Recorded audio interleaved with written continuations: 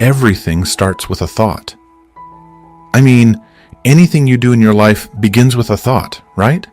So, if you believe that your thoughts shape your destiny, like any great leader in history knows, the first thing you need to decide is, are you going to be guided by a vision of the future, or are you going to live by the memories of the past? Here's an example.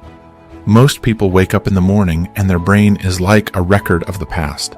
It's a storage of everything they've learned and experienced up to that moment.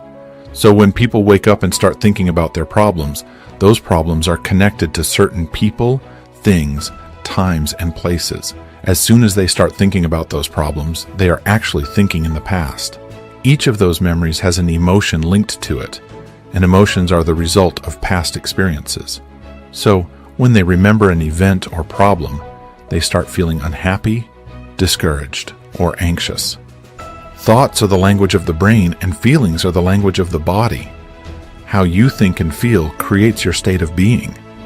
So, for most people, their entire state of being at the start of their day is rooted in the familiar past. If you live in the past, it makes sense that you will create a predictable future. What happens for most people is they get stuck in their biology. Your body is your unconscious mind. It doesn't know the difference between a real experience that creates an emotion and an emotion created by thought alone. If you live by the same emotions every day, and those emotions affect your thoughts, you can't think beyond how you feel. If feelings dictate your thinking, you're thinking in the past. This means your view of the future is influenced by the past, limiting your ability to see new possibilities. Many people wait for a crisis, disease, or a diagnosis before they wake up enough to change. The problem is that biology tends to be repetitive. If you keep thinking the same thoughts, those thoughts fire certain circuits in your brain. Nerve cells that fire together wire together, making those thoughts easier to think. At the same time, those thoughts produce emotions, and soon your body gets used to living by those same emotions, whether it's guilt, unhappiness, or pain. At least it's familiar and predictable. Some people would rather stick to the familiar than risk the unknown. Most people don't see how their thoughts affect their destiny because 95% of their thoughts are subconscious programs. They're not even aware of those thoughts. The first step to change is to start thinking about what you've been thinking about and change it. When you observe your thoughts, you're no longer the program. You're the consciousness observing it. By being an observer of your thoughts, you can start to change them. This might feel uncomfortable at first, like lighting a match in a dark place. It's easier to distract yourself with TV or your phone, but real change requires becoming uncomfortable to some degree. You have to leave the known and step into the unknown. So, what thoughts do you want to fire and wire in your brain? Focusing on those thoughts begins to reorganize your brain's circuitry. Meditation can help with this because it means becoming familiar with your thoughts. Your body, as your unconscious mind, doesn't know the difference between a real event and an imagined event. You can use this to your advantage. Let's talk about how meditation and understanding these principles can help you take control of your thoughts and, in turn, your life. Most people wait for their life to change so they can feel gratitude, abundance, or a sense of completeness. This is the old way of thinking, where cause and effect are separate. If you're feeling empty, lacking, or in pain, you've been taught that something outside of you needs to fix those feelings. But if you believe you create your own life, living with a sense of lack won't create abundance. So, you don't just create wealth, you generate it. The moment you start teaching your body to feel the emotions of your desired future before it actually happens, your body starts believing it's already living in that future. It's a scientific fact that our environment influences our genes. Emotions are the end product of our experiences in the environment. When you start feeling elevated emotions, you're signaling your genes ahead of the actual experience. Why is this important? Genes make proteins, and proteins are essential for your body's structure and function. By creating positive emotions and teaching your body to feel what the future will be like, your body starts living in that future reality in the present moment. Here's the key. If you get used to feeling gratitude, wholeness, abundance, and freedom, and you can generate those feelings every day, you'll start feeling like your future has already happened. You won't be looking for it to happen because it already feels like it has. This helps you become a new person, leaving behind feelings of lack, guilt, and emptiness. To change your life, you need to change your personality. This means changing how you think, act, and feel. Your personality shapes your personal reality, so by changing it, you change your life. Start by becoming aware of your unconscious thoughts, actions, and feelings. Notice how you act and speak, and pay attention to how you feel. Many people live with feelings like guilt their whole lives without realizing it because it's familiar to them. When you start noticing these feelings, you can make small changes. A new thought should lead to a new choice, which leads to a new behavior, creating a new experience and a new emotion. This new emotion helps your body understand what your mind already knows, leading to personal growth. We often get stuck because of strong emotions from past events. For example, a betrayal or trauma can deeply affect us, causing the brain to create a strong memory. This memory keeps us thinking and feeling based on the past experience, which shapes our current state of being. If you don't manage your emotional reactions to these events, and the emotional response lingers for days, weeks, or longer, it becomes a mood. You might say, "I'm in a mood," because something happened days ago, and you're still emotionally reacting to it. This constant emotional reaction keeps your body stuck in the past.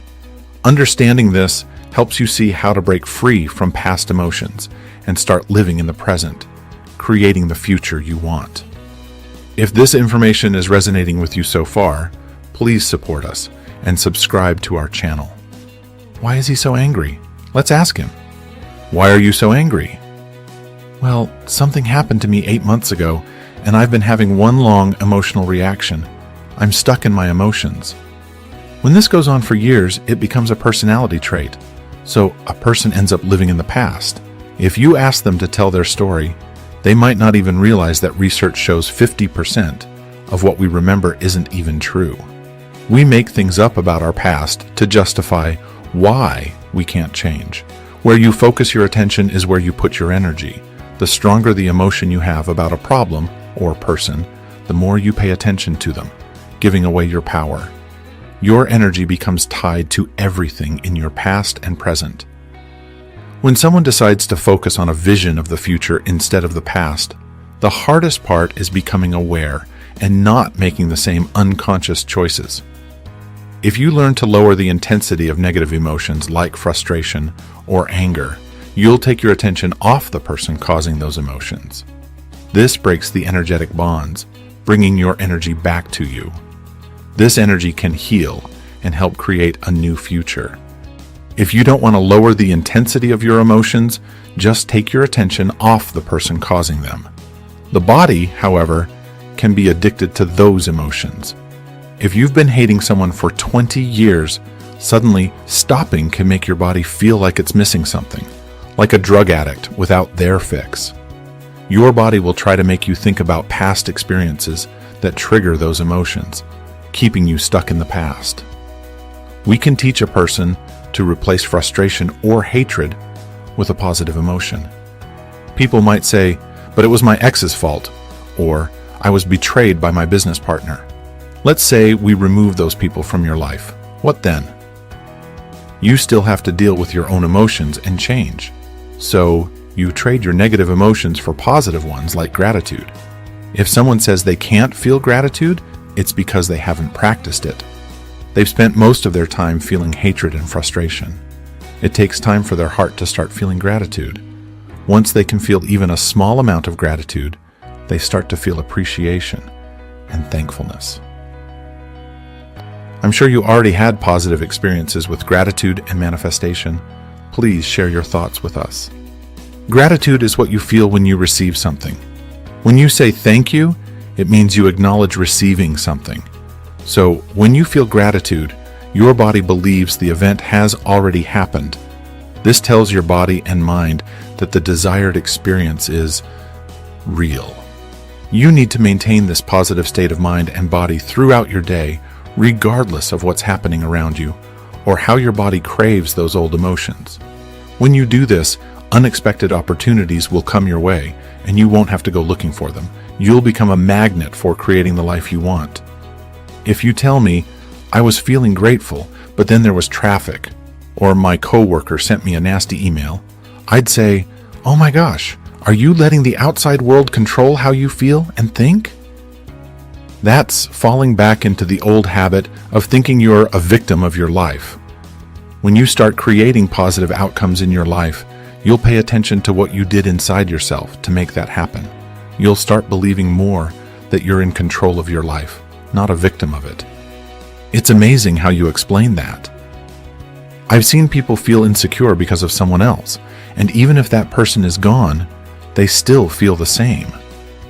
Their body is addicted to those emotions, so they look for new reasons to feel that way again. The first step is to notice when that emotional addiction comes back.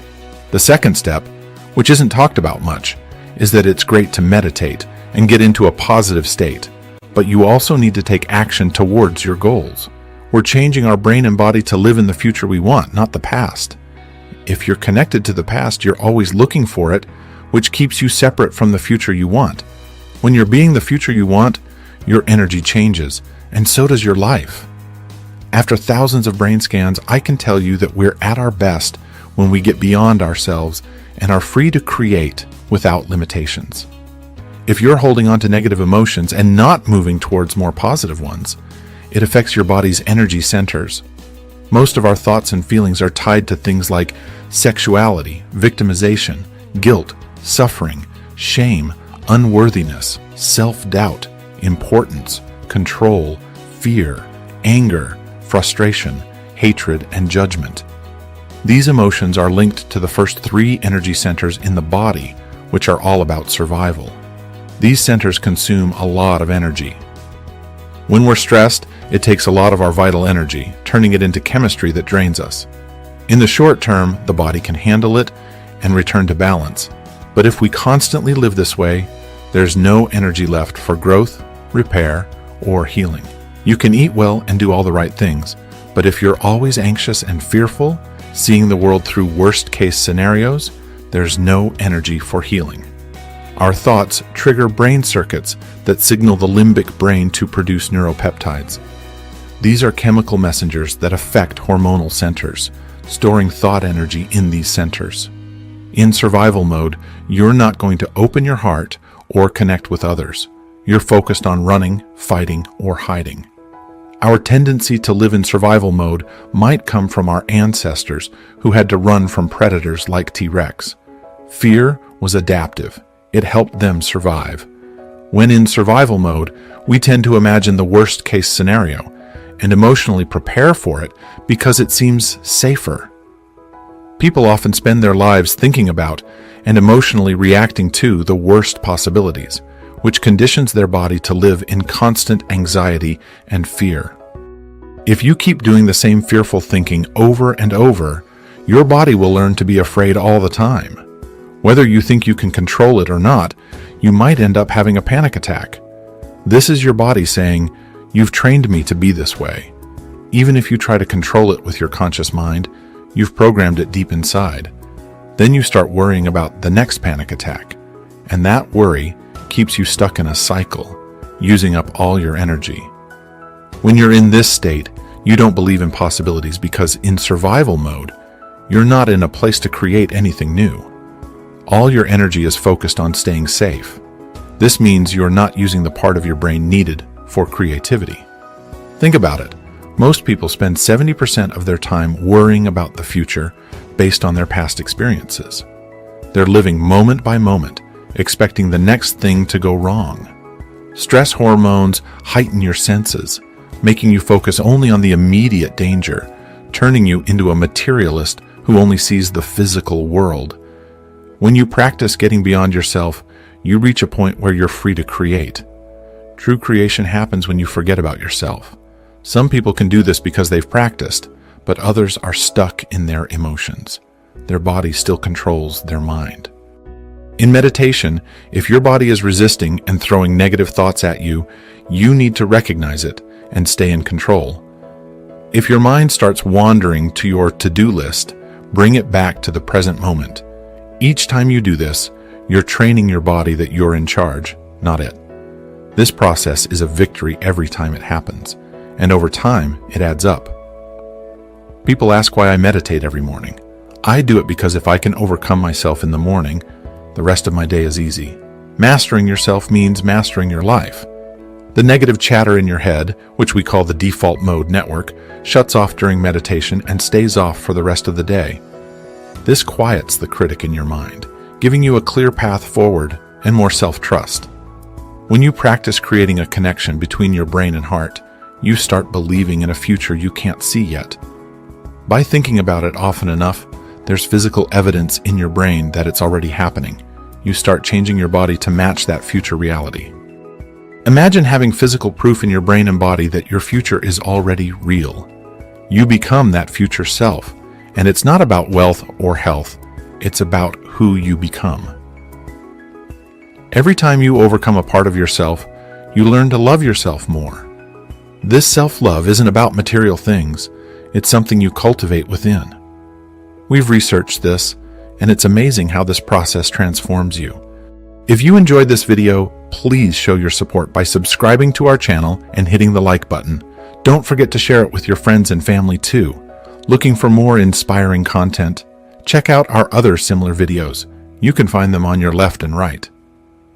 We're curious to know what was your favorite part of this video. Share your thoughts in the comments below. Your feedback helps us improve and create more content you love. Thanks for watching.